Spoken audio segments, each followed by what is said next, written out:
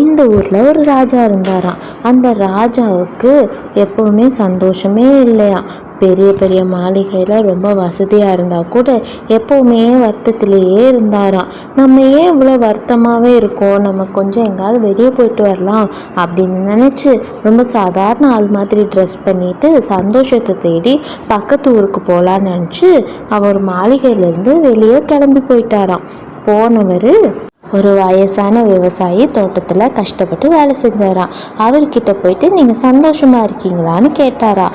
அப்போது அந்த விவசாயி நான் சந்தோஷமாக தான் இருக்கேன், எனக்கு சாப்பிட்றதுக்கு சாப்பாடு இருக்குது, நான் சந்தோஷமாக தான் இருக்கேன், எனக்கு ஒரு பிரச்சனையும் இல்லைன்னு சொன்னாராம்.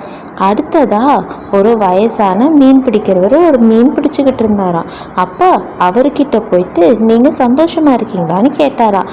அவர் நான் சந்தோஷமாக தான் இருக்கேன், நான் செய்கிற வேலையை நான் பிடிச்சி செய்கிறேன் அப்படின்னு சொன்னாராம். அப்போ இந்த ராஜா யோசிச்சு மறுபடியும் மாளிகைக்கு போயிட்டு எல்லாரோடையும் சேர்ந்து ஆலோசனை பண்ணி நாட்டில் இருக்க மக்களோட பிரச்சனையெல்லாம் தீர்த்து வச்சாராம். ராஜாவுக்கு சந்தோஷம் தானாகவே கிடைச்சிருச்சான்.